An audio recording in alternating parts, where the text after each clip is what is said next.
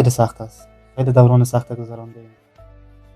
یعنی فکر که امید به زندگی دیگه نداشتم. خیلی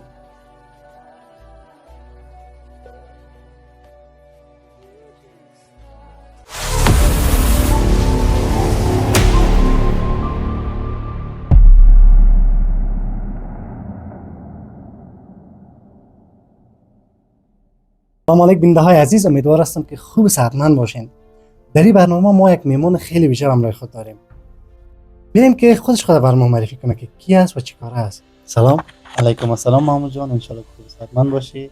من ابراهیمی هستم، مسئله کامپیوتر ساینس و یکی از هواداران سرسخت ریال مادرید در افغانستان و همچنین دیزاینر کانون هواداران. قانون هواداران ریال مادرید در افغانستان. بسیار عالی، بسیار زیبا. خب به برنامه ما فهیم جان خوش آمدید.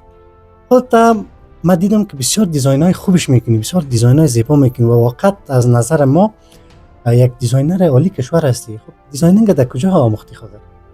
من خودم دیزاینینگ اول مکتب که فارغ شدم بخیر خلاص کردم دیگه، بال کار میگشتم و در یکی از شرکت ها کار یافتم و اونجا همی کار دیزاین، بخش بنر و هر چیز کارش هم میکردم.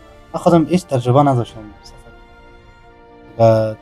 در اونجا که استخدام شدم دیگه بخیر کار شروع کردم دیگه. همی علاقه دیزاین به من خیلی زیاد اومد. یک دیزاین کردم اول خوش نکردم دیگه اما تو مرور زمان که دیزاین ها رو زیاد کردم بخیر اما علاقهش به من زیاد شد و میرشته را دیگه انشالله ادامه میدم. واقعا شما در تصویر ما دیزاین‌های فهیم جان هم میارم که بسیار دیزاین‌های زیبا هم در بخش ریال مادرید کرده و هم دیزاین‌های دیگه داشته. شما در تصویر نگاه میکنین.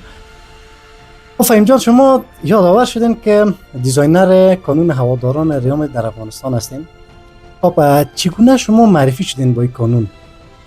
خب شما قبلا یک پست در صفحه‌تان مانده بودین به نام ریال مادرید در افغانستان. بله. و ما کمو پست که دیدم ما خود دمو شما کردم و خود ثبت نام کردم. فهیم جان از کسایی هستند که در آغاز کانون ما عضو شدن و حال دیزاینر ما هستند.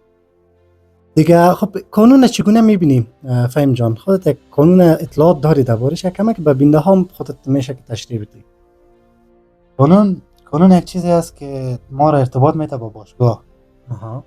و یک چیزی است که ما یک راه میسازیم که ما فعلا اولین نفر میشیم در افغانستان. ما قبلا کسی را ندیدیم که کار انجام بده. اولین نفر میشیم که ما با باشگاه ارتباط داشته باشیم و بتونیم افتخاراتشان یک روز در افغانستان بریم و ببینیم با هواداران ما با میکانونی که هستیم یک جای شریک بسازیم. بله، بدون شک کانون ما هوادار کنار هم جمع میسازه، مثل که شما را با ما یک جا ساخته و همچنان عضوای دیگه که هر کس یک استعداد داره ما را جمع ساخته و همه ما ریالی هستیم. به نظرت آینده داره؟ بالکل. اون سر از این کانون خیلی زحمت کشیده. واقعا ما که زحمت های شبو بگم محمود جان زیادتر زحمت کشیده، اما واقعا خیلی سخت است. همه تیم بیشتر از یک تیم است که ما همه زحمت کشیدیم، هر کس به نحو خود. دیگه امیدوار هستم که کانون ما بخیر رسمی شه و رسمی هم میشه، چرا که 9500 کارش پیش رفته. بله ان شاء الله. خب فهیم جان، درباره ای که چگونه خودت یک ریالی شدی بر ما بگو، خاطرات تا بر ما یادآور شد. خب ما تقریبا 7 یا 8 ساله می آمدم فکر کنم. امو وقتا کاکای ما می طرفدار ریال بود و ما از طرف دید کاکایم ما هم ریال مادرید شدم. ریالی شدم. بله. و واقعا دیگه بعد از اون دیگه هیچ تیم مال واقعا دل مرا نگرفت. یعنی شما میگین که هیچ تیم جز ریال مادرید را شما حالا دیگه نمیپذیرین من حیث هوادار ان شاء الله. فهیم جان، درباره حادثه که در وقتی که خودت طفل بودی صورت گرفت میشه که بر ما کمی بگی؟ واقعا یک دوران خیلی سخت بود. من 2 ساله بودم. مادر گرفت. او زمان که یادم میاد خیلی سخت است. خیلی دوران سخت گذرانده. یعنی فکر که امید به زندگی دیگه نداشتم. خیلی خیر فهیم جان، خب چه قسم بود؟ یعنی از شما گفتین که از 2 سالگی تا 3 سالگی یک موضوع شد. خب چگونه حال شما کنارم هستین؟ یعنی چگونه خواستین که روی پرده بیاین؟ خب همین ریال مادرید بود که به ما جان داد، به ما امید داد. بازیایش که می‌دیدم، هوادارانش که می‌دیدم، بازیکن‌ها که می‌دیدم، یعنی فکر نکنم بازی باشه که از پیش ما خطا رفته باشه یا بازیش ندیده باشه. این واقعیت از دل جان سعی می‌کنم. شوق فوتبال، همین بازی فوتبال، یعنی یک امید به ما داد که ما در این زندگی پس برگردیم. یعنی امید داد که شما کمبک بزنین دوباره به زندگی. خب وقت که به این معنا حرفای شما که نه تنها که شما ناامید نشدین از زندگی، بلکه امید تازه گرفتین از طریق ریال مادرید. و هر کس ما در زندگی خود مشکلات خاص خود داریم، هر کس نحوی از آنها مشکلات خود داره، اما می فوتبال است که ما را روحیه میده.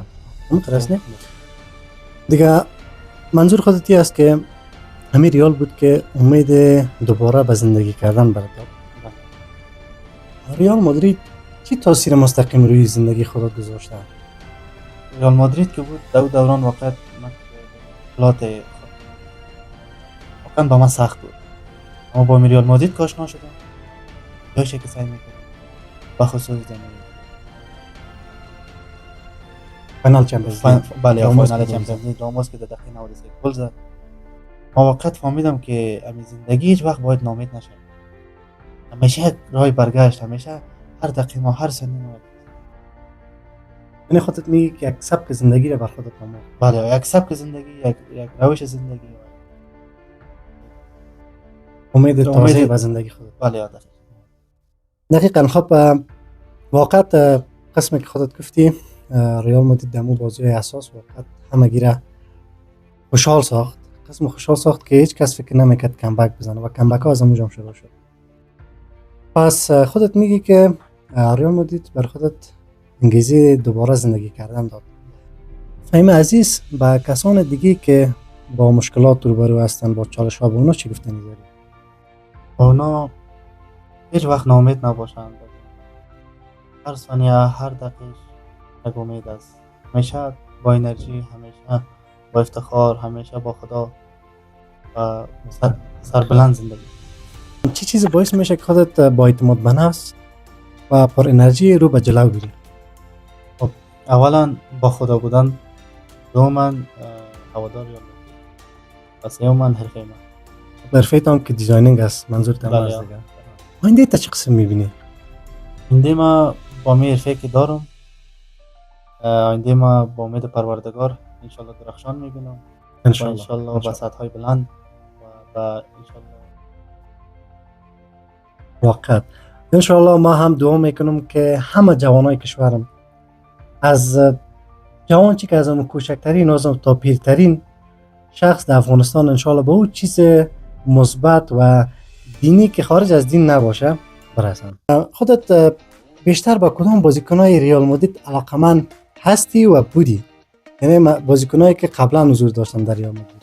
در ریال مادرید خب خیلی زیاد ستاره ها هست و خیلی بازیکنای عالی هستند و در اون زمان رونالدو اسطوره رونالدو د گوت واقعا همون بود که اول خو طرفدار ریال که شدم از طریق کاکایم بود، بعدن ای بود که امیر رونالدو که بود، امیر بازی‌هایش که دیدم بخصوص وقت از ریال جدا شده بود به جوانتوس که مقابل اتلتیکو که بازی دو سفر کرده باخته بودن و در برگشت باز 3-2 زدشان. بعد دیگه برای سیومنه یک درس داد که واقعا یعنی خودت میگی که اما تو که ریال مادرید به خودت درس زندگی داده، رونالدو هم تاثیر مستقیم روی زندگی خودت داره. خیلی یک الگوست و دی شک نیست که رونالدو الگوی میلیون ها نفر در کل دنیا است و تو کسی نیست که رونالدو را نشناسه و همچنان وقتی که رونالدو را شناختی ریال شناختی. این ریال. دو تا ربط مستقیم به هم دیگه داره. یعنی تو نیست که ریالی باشی رونالدو را خوش نداشته باشی، رونالدویی باشی ریال خوش نداشته باشی. اسمی که در ویدیو قبلی ما شما شاهد بودین، من یک سوال گذاشتم که بهترین تیم قرن 20 کدام تیم است؟ و بدون شک باشگاه ریال مادرید بهترین تیم قرن 20 است. و کار ما بسیار آسان بود، فقط 18 نفر جواب درست گفتن. دیگه حالا من نامای از اونها رو اینجا نوشته کردیم. و اینا گپ میزنم در دستم در باش قسمت ببینیم یک شما افتاد. یادر اینی را این تو گپ میزنم. رمضان است، مقصد تقلب نیست ان شاء الله. ایرا فهم جان انتخاب که کی را بخوانم. خوششان سوال ما ببینیم کی است. مصطفی احمدزی. مصطفی احمدزی. یک تارم خودم خوش میکنم. غلام رضا محمدی خوش شانس دوم ما. سوم ما ادیب ARW. های مشکل نداره این نگذر. خدای نخواسته چیز غلط و اشتباه ما نداریم. ابوبکر مرادی خوش شانس چهارم ما. و یک خوش شانس آخر. ببینیم که از این خوش شانس آخرین خوش شانس ما کی نامش میبره. بسم الله الرحمن الرحیم. بسم الله دیگه شانس آخر ماست. ادیب سروری. ادیب سروری. این 5 نفر در 5 نفر یک تنش از فرمولای خودم است، واقعیتش فرمولای دورکی. 4 نفر دیگه افراد مختلف است دیگه. برشون تبریک میگیم ان شاء الله که کتابشون هم روان میکنیم. تشکر از اینکه در برنامه موضوع داشتی فهم جان، قصه های شیرین همراه خودت داشتیم. دیگه آیا کدام پیام آخر هم داری برای هوادارا که داشته باشیم بعدش خداحافظی بکنیم؟ پیام ای است که همیشه اولا با خدا باشین، دوما هیچ وقت در زندگی ناامید نباشین. همیشه یک راهی است که شما را، یک دری است، یک دروازه است که شما را با امیدتان برساند. دقیقاً. دروازه امید همیشه باز است. بنده های عزیز دیگه تشکر از اینکه تا این دم بنده برنامه ما بودین. کانال ما را لایک کنین، سابسکرایب بکنین و همچنان روزی خوب و خوش براتون خواهان هستم. خداوند نگهدارتان.